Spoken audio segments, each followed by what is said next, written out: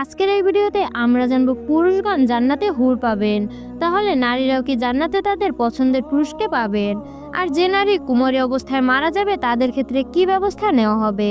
আর যে নারীরা 2 কিংবা 4 বিবাহ করেছেন তাহলে সে জান্নাতে তার কোন স্বামীর সঙ্গে থাকবে? আর দুনিয়াতে যেভাবে স্বামী স্ত্রীর সঙ্গে সহবাস করে থাকে ঠিক সেভাবে কি জান্নাতে স্ত্রী বা হুরের সঙ্গে সহবাস করবে নাকি করবে না? দুনিয়া এবং জান্নাতে সহবাস করার মধ্যে কি ধরনের পার্থক্য হবে? জান্নাতেও কি নারীরা সন্তানের জন্ম দেবে? তো এই সকল প্রশ্নের উত্তর আজকে আমরা জানবো, তাই ভিডিওটি স্কিপ না করে শেষ পর্যন্ত দেখুন। বেশিরভাগ ইসলামের শত্রুদের পক্ষ থেকে এবং কিছু কিছু মানুষ আছেন যারা নামে মাত্র মুসলিম, তারা সবসময় ইসলাম ধর্মের নানা বিষয়ের উপর সন্দেহ সৃষ্টি করার চেষ্টায় থাকে। আর দ্বীন-ই ইসলাম তাদের সন্দেহ সৃষ্টি করার একমাত্র উদ্দেশ্য হচ্ছে নতুন প্রজন্মকে ইসলাম এবং মহান আল্লাহ তাআলা ও তার রাসূল করিম সাল্লাল্লাহু আলাইহি সাল্লামের থেকে যেন দূরে সরিয়ে রাখা যায় এবং তাদের সত্যের পথ থেকে পথভ্রষ্ট করা যায়। আর এর বড় প্রমাণ হলো সম্প্রতি পাকিস্তানে অনুষ্ঠিত হওয়া নারীদের স্বাধীনতা আন্দোলন মেরি মার্সি। আর শয়তানি নাফসও পুরুষ এবং নারীদের মনে বিভিন্ন ধরনের প্রশ্ন সৃষ্টি করে থাকে। যেমন আজকাল প্রায় প্রশ্ন করা হয়ে থাকে যে জান্নাতে সব ধরনের সুখ আরামায়েশ বিলাস তো কেবল পুরুষদের জন্য, তাহলে আল্লাহ তাআলা নারীদের জন্য কি রেখেছেন? এই দুনিয়াতেও তো আল্লাহ তাআলা পুরুষদের সর্বোচ্চ মর্যাদা দিয়েছেন আর তাদের নারীদের শাসক হিসেবে প্রেরণ করেছেন এবং নারীদের ঘরের ভিতরে থাকার হুকুম প্রদান করা হয়েছে। আর এই নিয়মকে তারা অন্যায় মনে করে থাকে। তো এমন ধরনের বিভিন্ন প্রশ্ন, সন্দেহ এবং সংশয় মানুষের মনে সৃষ্টি করা হয়ে থাকে।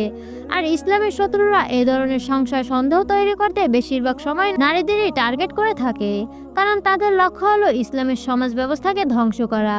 যেভাবে তারা নিজেদের ধর্মের নিয়মকানুন ধ্বংস করেছে ঠিক একইভাবে ইসলামের সমাজ ব্যবস্থাকে ধ্বংস করে দিতে চায়।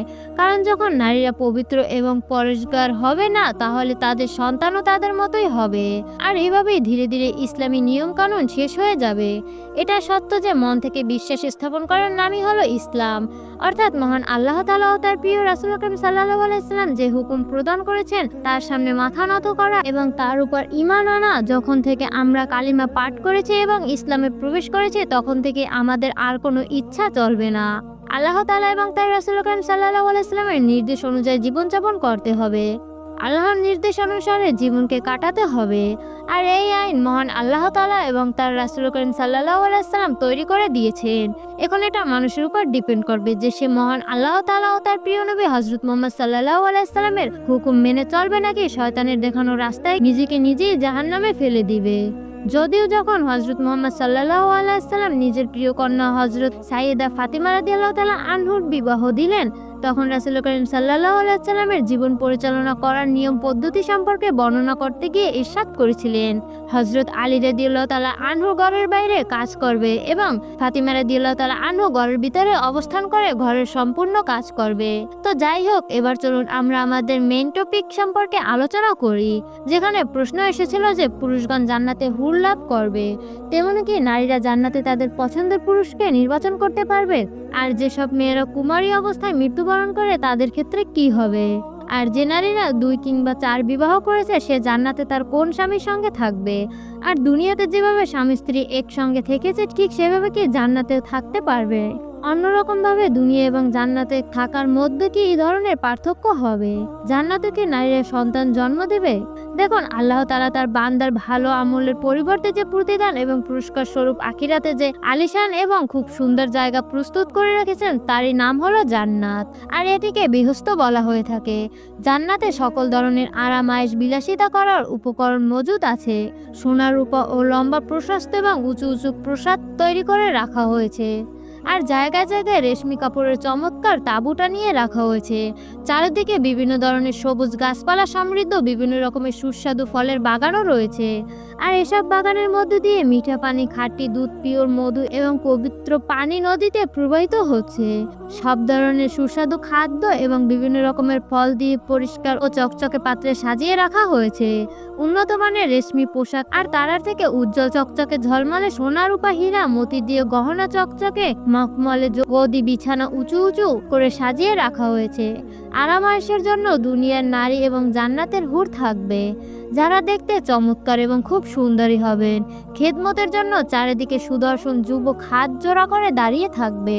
এতটুকু বুঝে নিন জান্নাতে সব ধরনের সুযোগ সুবিধা এবং নিয়ামত রয়েছে।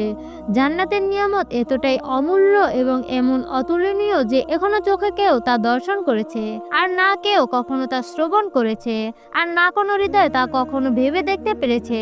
জান্নাতি মানুষেরা কোনো রকমের বাধা ছাড়াই এই সমস্ত সুখ, আনন্দ, আরামায়েশ নিয়ামতকে ভোগ করতে পারবেন।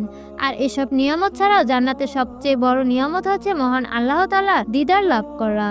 জান্নাতে কখনো ঘুম আসবে না, কখনো অসুস্থ হবে না, কখনো বার্ধক্য আসবে না, আর কখনো মৃত্যু হবে না।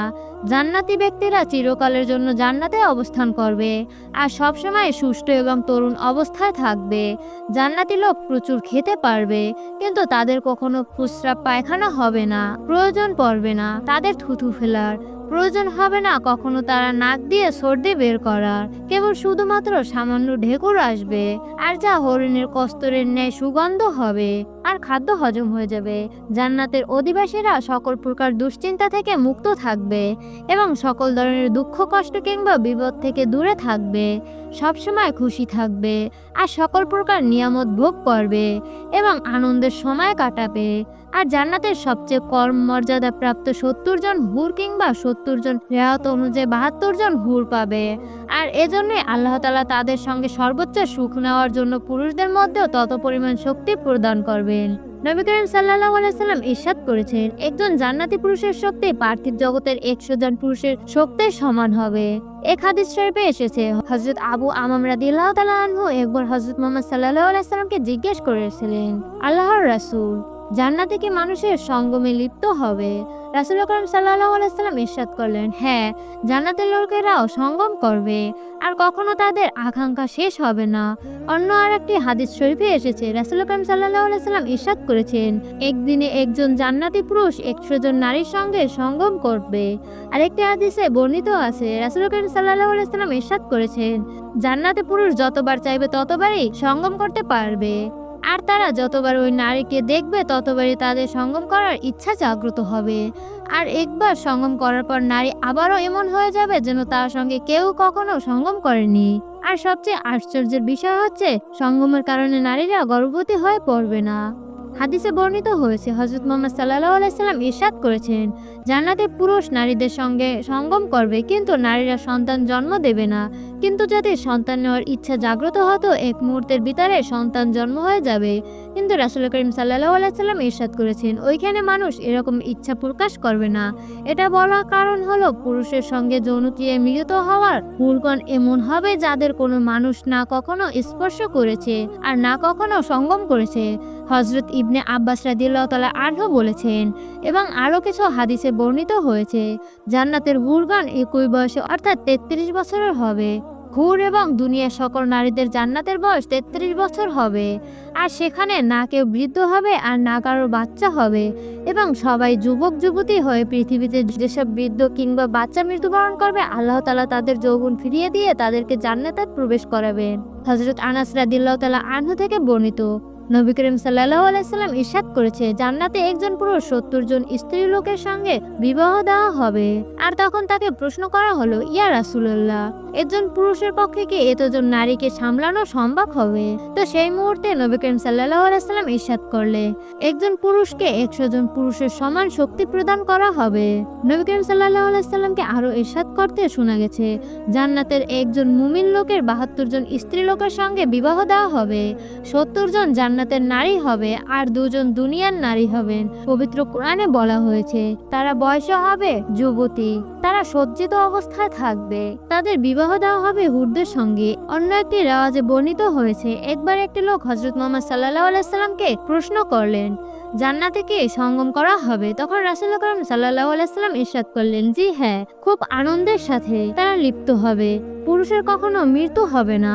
হযরত আবু হুরায়রা আনহু জিজ্ঞেস করলেন, রাসূল আকরাম সাল্লাল্লাহু আলাইহি ওয়াসাল্লাম, আমরা কি জান্নাতে আমাদের স্ত্রীদের কাছে থাকতে পারবো? তখন রাসূল আকরাম সাল্লাল্লাহু আলাইহি ওয়াসাল্লাম বললেন, একদিন একজন পুরুষ 100 নারীর কাছে যেতে পারবে। হযরত আবু হুরায়রা রাদিয়াল্লাহু তাআলা আনহু থেকে বর্ণিত, নবী করিম সাল্লাল্লাহু আলাইহি ওয়াসাল্লাম ইরশাদ করেছেন, আমি ওই জাতির কসম করে বলছি যিনি আমাকে হক উপদেশ দিয়ে পাঠিয়েছেন। আমরা তোমাদের স্ত্রী এবং ঘর সম্পর্কে যতটা জানি ঠিক ততটা জান্নাতের স্ত্রীলোক এবং মহল সম্পর্কে জানি না।